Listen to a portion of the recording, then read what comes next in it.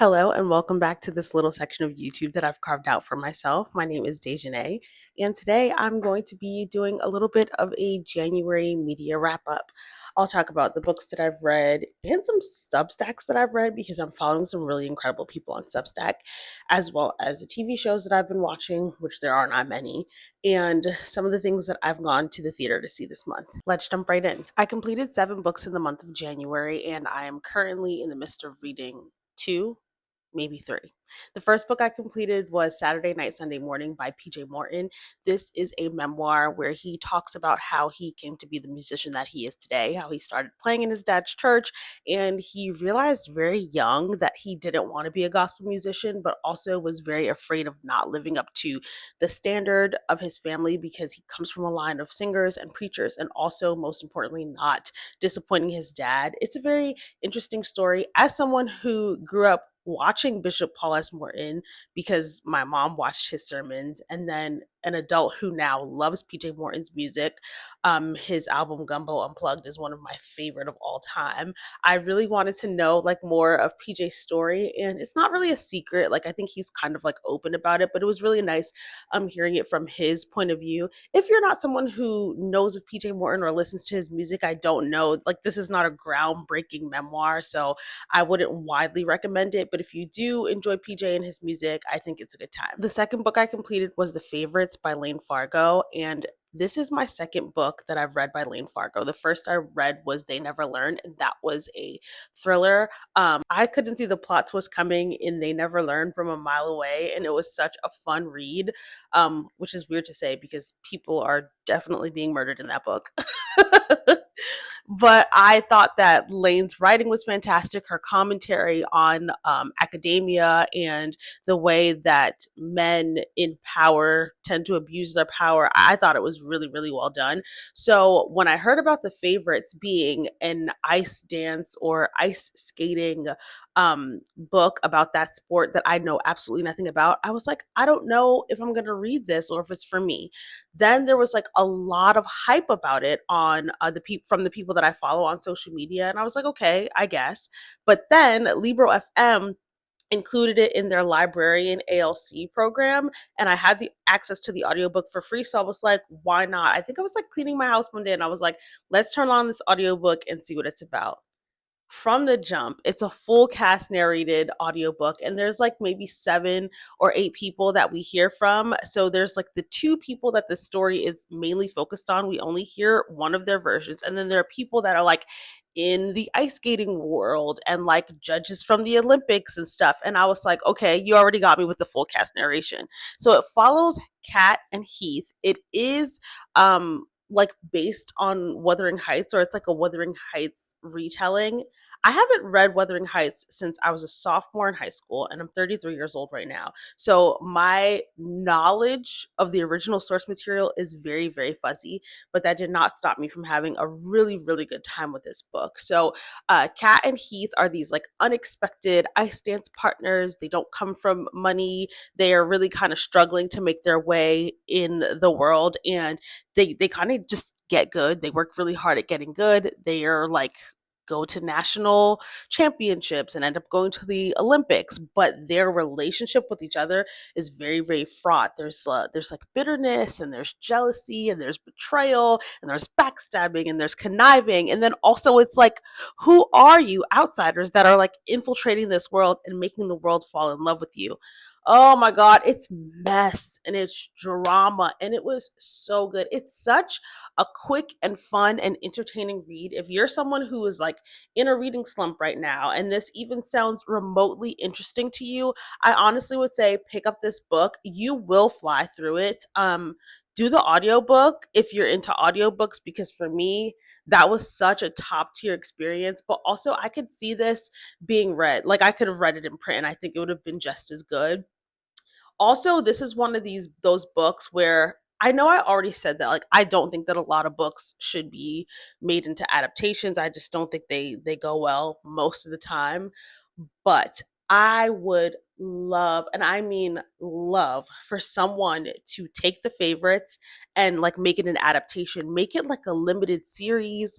I don't know, Netflix, if this is for you, you know, I'm not shouting out any of these major corporations, but I'm just saying someone, this could be like a really, really good limited series.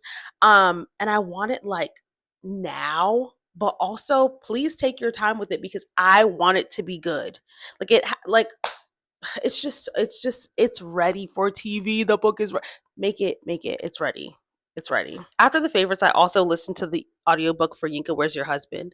I used to own this book. Like I went to a bookstore, purchased this book. It sat on my shelf for maybe a year or two. And I was like, okay, I'm not going to read this. I gave it up. I either put it in a little free library or I gave it to somebody else. And then I feel like I saw someone read it on Instagram and they had like a nuanced, you know, view about it, and you know, they didn't love it or they didn't hate it. So I was like, maybe I'll give this book a chance. Libby had it, the audiobook. I started and I see the vision. But for me, I actually really didn't end up liking this book. I found Yinka to be an insufferable character. I actually talked about this on my TikTok and on my Instagram. I'll link the video with all that I said below. But I feel like Yinka was so boring and she had nothing going for herself. She did everything in service to her job and her family, lost her job. Her family constantly disrespects her. And I just felt like she was a boring woman. And part of that has to do with the way she was reared culturally, but on top of that, she's a liar and just simply uninterested and always just like brain is focused on finding a man, getting a man, keeping a man. I don't like that. So I just really didn't like that book. I read a physical copy of The Nickel Boys by Colson Whitehead. I talked about this book at length in another video. I also could talk about it more. So let me know if you want to hear me yap more about The Nickel Boys because I absolutely could. This book was so good. I read the second book in the Amari and the Knight Brothers trilogy. This one is called Amari and the Great Game. I'm really enjoying this middle grade series. I think that I would recommend this to any Black kid who is interested in sci-fi and fantasy. Amari goes to this supernatural school where she gains these supernatural abilities, but she actually already has supernatural abilities, and she is an outcast because she is considered a magician. She was born with magical powers, whereas all the other students, or most of the other students who go to the school, get their magical powers when they go to the school. So it's like a whole thing in this world where like people don't trust magicians because they're, well, don't trust musicians either. But anyway, because there were these two really big and bad magicians who really just did some horrible stuff in the magic world. And so Amari is ostracized because of that. But on top of that, she's also a poor Black girl who doesn't come from these elite societies. So there's commentary on navigating the world as a young Black girl, as well as a young Black girl who is impoverished being around these rich white city folks. So I think it's really good, and it presents these very important issues in a way that obviously a middle grade reader can understand, but also it's fun and it's adventurous. So definitely pick up this if you think you're in the mood for a middle grade read, or if you're a kid watching this. Ghostroots is a collection of speculative fiction short stories, and I have to say I really think that nobody is doing speculative fiction the way that African authors are. I believe this author is Nigerian. Most of the stories take place in Nigeria. I do have a few favorites. My first favorite short story was called Manifest. It's about a young woman who has never had acne before in her life, even through puberty, but at 27 years old, she starts to get these really large and painful zits on her face. Okay, this sounds, you know, disgusting, but it is what it is. But every time she gets one of these painful zits, she feels the need to do something bad. So like she might kill her best friend's dog, and then the zit goes away. Or like she just continues to do these mischievous things, and it just gets worse and worse and worse as it goes along. But her mom recognizes the spirit that's on her, I can't remember the name of the spirit, but her mom basically starts beating the crap out of her, and she can't understand like why her mom is beating the crap out of her, but she also can't understand why she's essentially being possessed to do all of these weird things. It's a very weird story. You have to read it. All the stories are weird. It's speculative fiction. And then there's another one called Breast Milk. I won't give too much away of this, but a woman has a baby and she really, really, really desperately wants to breastfeed this baby, but she's not producing milk. And there's some weird dynamic going on between her and her husband, lots of anger and resentment, and that has something to do with why she's unable to produce breast milk. And then the last one is called 24 Alhaji William Street. In this story, this is just a street, and every is it firstborn son or every lastborn son dies, and it just like goes down the street, and like the family that we follow in the story, like they know eventually their son is going to die, and they're trying to figure out ways to make that not happen. And then the last book I read was also a gift from Libro FM, and that is Mutual Aid by Dean Spade. I appreciated having access to this audiobook, but I think the book is only about 190 pages, and I really, really think that I need to get my hands on a print copy because there are things that I want to remember, and it's a book that I'm going to want to reference again, and it's kind of hard to reference something in audio form without like having to like, I don't know, it's just harder. I need the book in print, but lots of things to learn about how to organize and mobilize people, how to get people what they need without creating systems of hierarchy or turning it into like nonprofit kind of what we know about charity work, because mutual aid is not charity work, and also how to do it in a place where everyone feels heard, and everyone is not just feels heard, but everyone is actually able to contribute to the decisions that are being made, which is like very different from what a lot of us know about organizing. So those are all the books that I completed in January. Let's talk about what I'm currently reading. I'm reading Reclaiming the Black Body, Nourishing the Home Within by Alicia McCollough. And this is a book that is an essential exploration of the overlooked impact of disordered eating among Black women and a perspective roadmap to finding peace, balance, and wholeness from the clinical therapist who founded Black and Embodied Counseling and Consulting. I think, well, I'm further into it than this. I'm reading this in tandem with the audiobook thanks to Penguin Random House Audio. And they also sent me this print arc. I'm learning a lot in this book, and also being reminded of things that I've heard before about how to decolonize what it is that I know about nourishing and sustaining my body, listening to my body when it comes to being hungry, what and when I should eat, and really trying to break some of the unhealthy thinking patterns around food and what's healthy and what does being healthy even mean, a lot of those things. This book is really important to me right now in this time in my life, because I can't say that I've fallen subject to diet culture as far as my practices have gone, but as far as my thinking goes and the way that I speak to myself about what I eat, what I put into my body, a lot of that is not the healthiest form of thinking. So this has been really helpful so far. And I know that this is a book that I'm going to come back to again and again. Another book that's mentioned in this book that I've read before that I also tend to reference is Belly of the Beast by Deshaun Harrison. I think these two books would pair really well. They're both nonfiction, but Belly of the Beast is like a super, super short book, whereas this one is a little bit more dense. And because it also has like examples from some of the clients that Alicia McCollough has worked with in her practice. The other book that I'm currently reading is Who You Belong To by M.L. Bash. This is a poly why choose erotica. There are lots of different kinks being explored. There is the primal kink, there is knife play, there is a little bit of a hierarchy between what's going on with all the people in the relationship dynamic. One thing I will say about this book, it is full of mess and is full of drama, and I'm eating it up. It is a little bit longer, in my opinion, for an erotica. I think it's like 480 pages or something, maybe less than that. It's definitely over 400 pages though.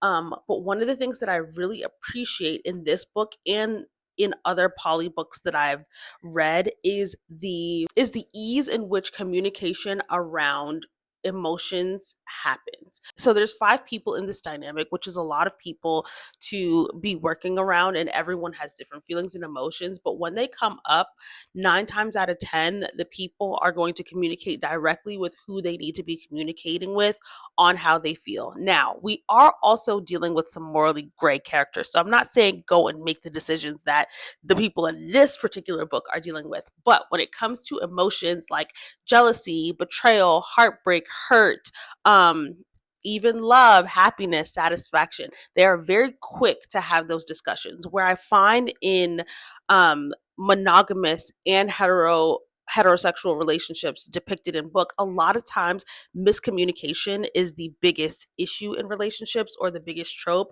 And for me, I feel like maybe we can learn a thing or two from reading poly books about how to communicate our emotions and how we feel. Now, obviously, polyamory is not for everyone, but I think we could take a page out of their book. I think I'm going to think about some more poly books that I've read before that I feel like have really good communication.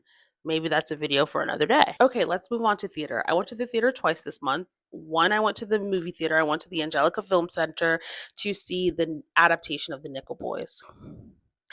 If you follow me on Instagram or TikTok, I believe I posted there, you'll know that I actually didn't like this film.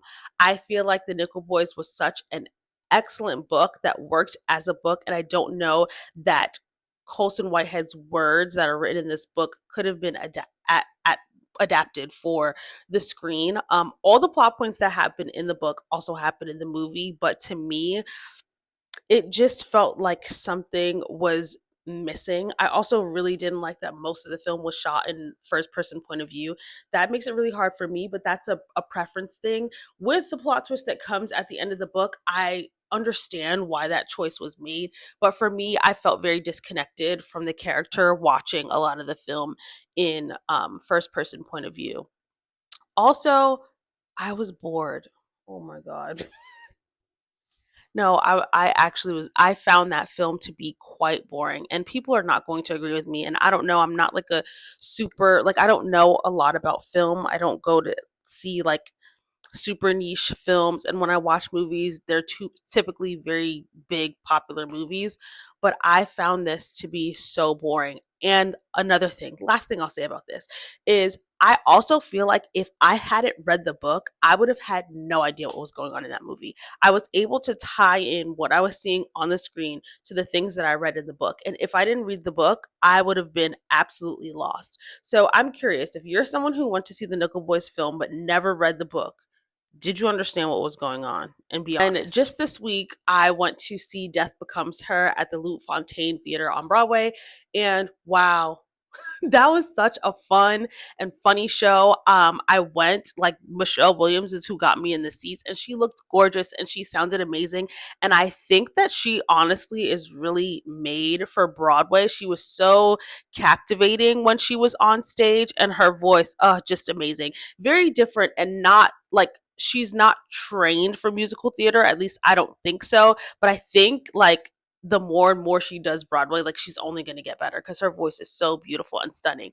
And also, the rest of the cast was just so amazing. The show that I went to see was a matinee show, and Megan Hilty did not play Madeline Ashton. An understudy did. God, what was her name? Kaylee Cronin, and I thought she did so good. I like no, I was absolutely blown away. And the thing about it is, I don't see a lot of musical comedy. Like, I haven't seen a lot of musical comedies, but this one was done really well because, like, the jokes and the one-liners were funny. The What is this? What am I thinking of when people interact really well with each other? Whatever that word is, between the cast. Oh, that is bothering me. The chemistry between the cast was really good, and then the songs, they helped to move the plot along, but also those were funny too. Like, I laughed out loud quite a bit, and the costumes, oh, they spared no expense. The costumes were so good. They're like so pretty, so nice to look at, and the like purple motif in the lighting and in the costumes, in the curtain even, gorgeous. Torian Everett as Chagall serving body. It just looks like his body was chiseled. Like God did that himself. I had such a good time at the show. And then the last thing I will talk about is TV. I honestly have not watched much TV this month. I think I finished season 3 of The Bear, which I only had like one episode because I watched most of it during winter break, like Christmas break. Um, I am all caught up on Housewives of Salt Lake City. Like I'm to the reunion. I just feel like Salt Lake City is giving everything it needs to give this season. I feel like they have such a golden cast. Like they really, the ladies are doing the damn thing. Mary Cosby, you can never get me to hate Mary Cosby. I love her so, so, so, so much. Whitney ate with that one thing, calling Lisa Barlow out, because I don't really mess with Whitney like that. But she did not let up on Lisa, and Lisa deserved it. And then what else? I don't know. Heather's getting on my nerves, but she's always getting on my nerves. But she deserves. She should be there. I'm getting caught up on Beverly Hills. I still have like a lot of episodes to go. Um, I wish that I don't even know what to expect from these ladies. I'm not gonna lie, they starting to get on my nerves too, but I'm gonna watch. Anyway, that's all the media that I consumed in January. I forgot to start to talk about the Substacks, but I'm gonna have to come back because I have to go. I have an appointment. Love y'all.